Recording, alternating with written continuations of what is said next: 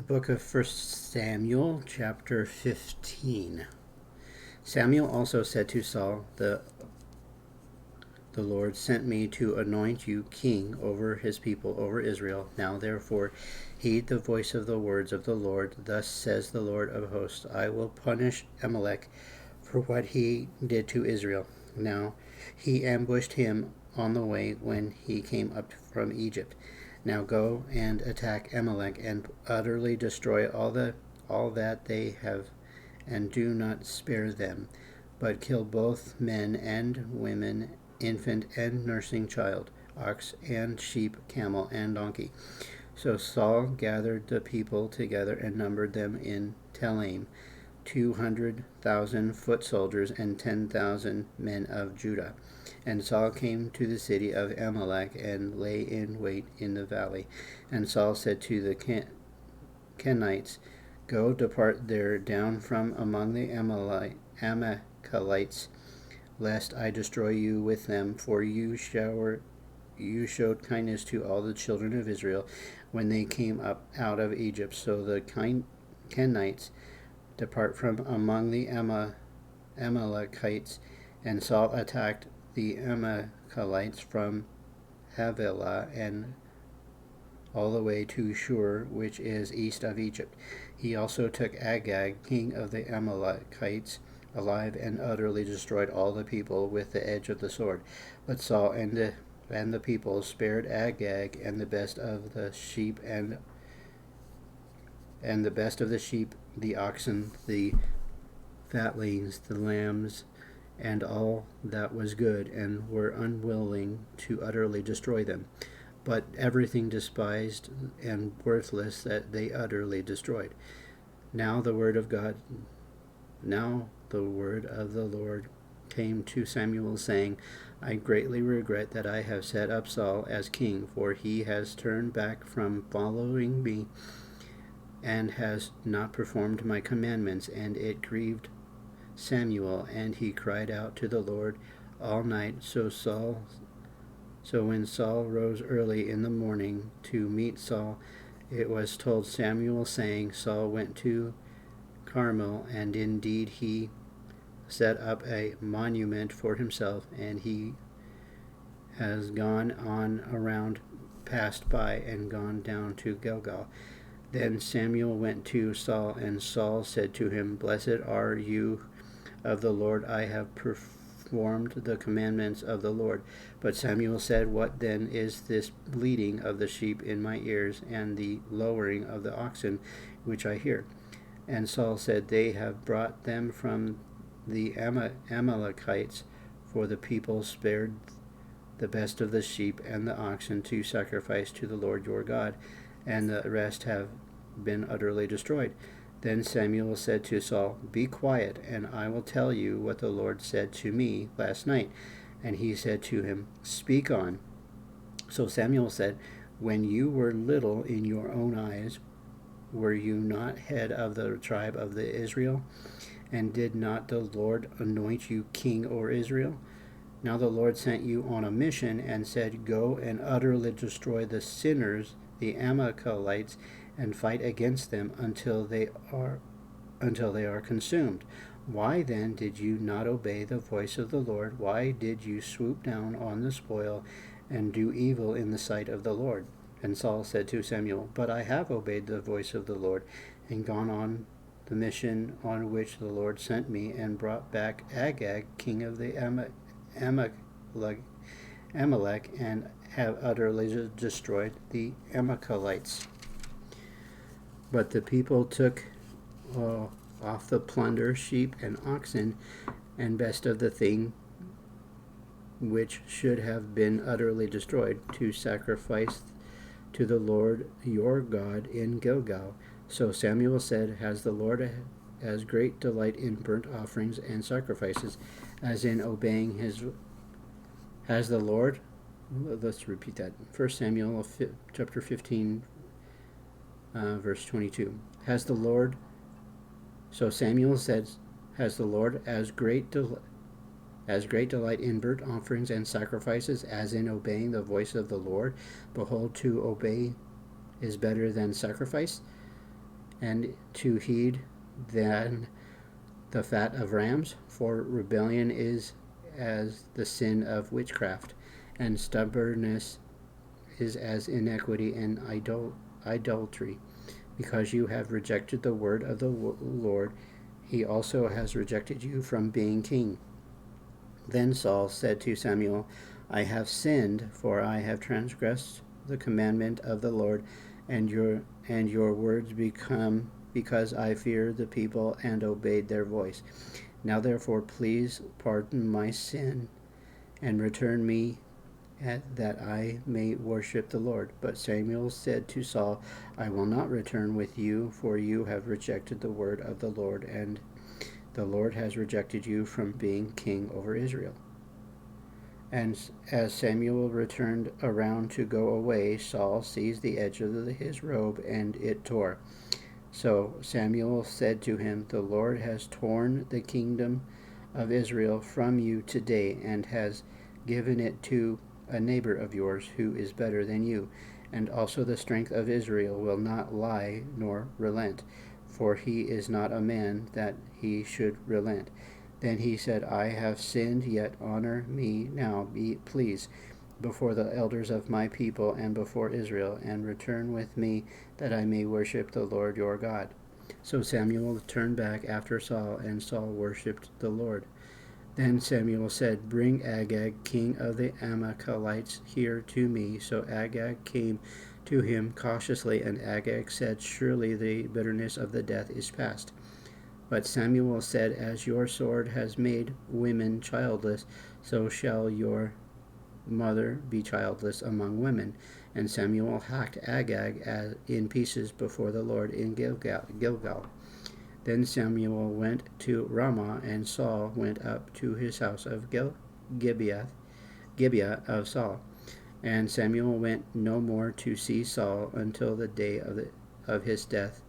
Nevertheless, Samuel mourned for Saul, and the Lord regretted that he had made Saul king over Israel.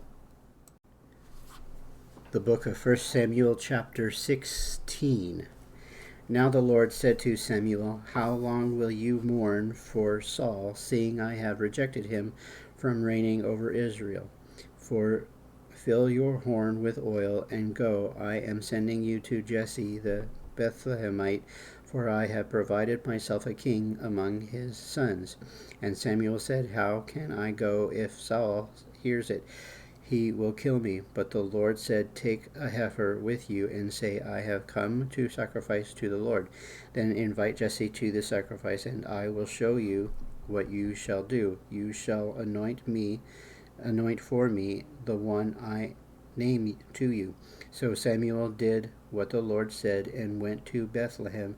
And the elders of the town trembled at his coming, and said, Do you come peaceably? And he said, Peaceably, I have come to sacrifice to the Lord.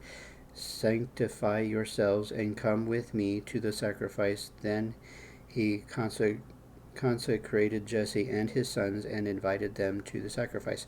So it was, when they came, that he looked at Eliab, and said, Surely the Lord's anointed is before him. But the Lord said to Samuel, Do not look at his appearance or at his physical stature, because I have refused him. For the Lord does not see as man sees. For man looks at the outward appearance, but the Lord looks at the heart. So Jesse called Abinadab, and made him pass before the Samuel. And he said, Neither has the Lord chosen this one. Then Jesse made Shammah pass by, and he said, Neither has the Lord chosen this one.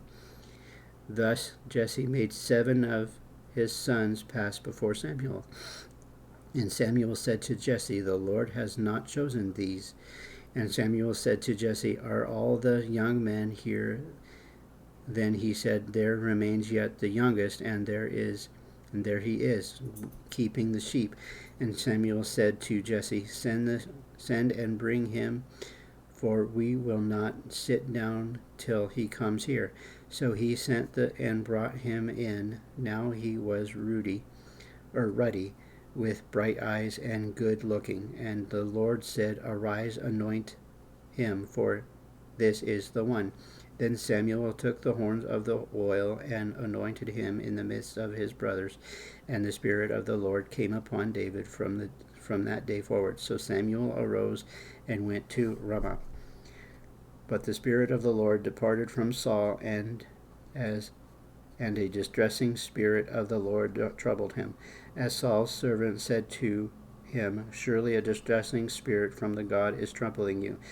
Let our master now command your servants who are before you to seek out a man who is a skillful player in the harp, and it shall be that he will play it with his hand when the distressing spirit from the God is upon you, and you shall be well. So Saul said to his servants, Provide me now a man who can play well, and bring him to me. Then one of the servants answered and said, Look, I have seen a son of Jesse and Bethlehemite, who is skillful in playing, a mighty man of valor, a man of war, prudent in speech, and a handsome person, and the Lord is with him. Therefore Saul sent messengers to Jesse and said, Send me your son David, who is with the sheep. And Jesse took a donkey loaded with bread, a skin of wine, and a young goat, and sent them by his son David to Saul. So David came to Saul and stood before him, and he loved him greatly, and he became his armor-bearer. Then Saul sent to Jesse, saying, Please let David stand before me, for he has found favor in my sight. And so it was, whenever the Spirit of God was upon Saul, that David would take a harp and play it with his hand. Then Saul would become refreshed and well, and the distressing spirit would depart from him. The book of 1 Samuel, chapter 17. Now the Philistines gathered their armies together to battle, and were gathered at Socoh, which belongs to Judah, and encamped between Socoh and Azekah and Ephes Dammim. And Saul and the men of Israel were gathered together, and they encamped in the valley of Elah, and drew up in battle array against the Philistines. The Philistines stood on a mountain on one side, and Israel stood on a mountain on the other side, with a valley between them. And a champion went out from the camp of the Philistines, named Goliath, from Gath, whose height was 6 cubits and a span. He had a bronze helmet on his head, and he was armed with a coat of mail, and the weight of the coat was 5,000 shekels of bronze. And he had bronze armor on his legs, and a bronze javelin between his shoulders. Now the staff of his spear was like a weaver's beam, and his iron spearhead weighed 600 shekels, and a shield bearer went before him. Then he stood and cried out to the armies of Israel, and said to them, Why have you come out to line up for battle? Am I not a Philistine, and you the servants of Saul? Choose a man for yourselves, and let him come down to me. If he is able to fight with me and kill me, then we will be your servants. But if I prevail against him and kill him, then you shall be our servants and serve us. And the Philistines said, I defy the armies of Israel this day. Give me a man, that we may fight together. When Saul and all the Israel heard these words of the Philistines, they were dismayed and greatly afraid. Now David was the son of that Ephrathite of Bethlehem, Judah, whose name was Jesse, and whose had 8 sons, and the man was old, advanced in years, in the days of Saul. The 3 oldest sons of Jesse had gone to follow Saul to the battle. The names of his 3 sons who went to the battle were Eliab, the firstborn, next to him Abinadab, and the third Shammah. David was the youngest, and the three oldest followed Saul. But David occasionally went and returned from Saul to feed his father's sheep at Bethlehem. And the Philistine drew near and presented himself 40 days, morning and evening. Then Jesse said to his son David, Take now for your brothers an ephah of this dried grain and these 10 loaves, and run to your brothers at the camp, and carry these 10 cheeses to the captain of their 1,000, and see how your brothers fare, and bring back news of them. Now Saul and all the men of Israel were in the valley of Elah, fighting with the Philistines. So David rose early in the morning, left the sheep with the keeper, and took the things, and went as Jesse had commanded him. And he came to the camp as the army was going out to fight, and shouting for the battle. For Israel and the Philistines had drawn up in battle array, army against army. And David left his supplies in the hands of the supply keeper, ran to the army, and came and greeted his brothers. Then as he talked with them, there was the champion and Philistine of Gath, Goliath by name, and came up from the armies of the Philistines, and he spoke according to the same words. So David heard them. And all the men of Israel, when they saw the men, fled from him, and were dreadfully afraid. So the men of Israel said, Have you seen this man who has come up? Surely he has come up to defy Israel. And it shall be that the man who kills him, the king will enrich with great riches, will give him his daughter, and give his father's house exemption from taxes in Israel. Then David spoke to the men who stood by him, saying, What shall be done for the man who kills the Philistine and takes away the reproach from Israel? For who is this uncircumcised Philistine, that he should defy the armies of the living God? And the people answered him in this manner, saying, So shall it be done for the man who kills him. Now Eliab, his oldest brother, heard when he spoke to the men, and Eliab's anger was aroused against David.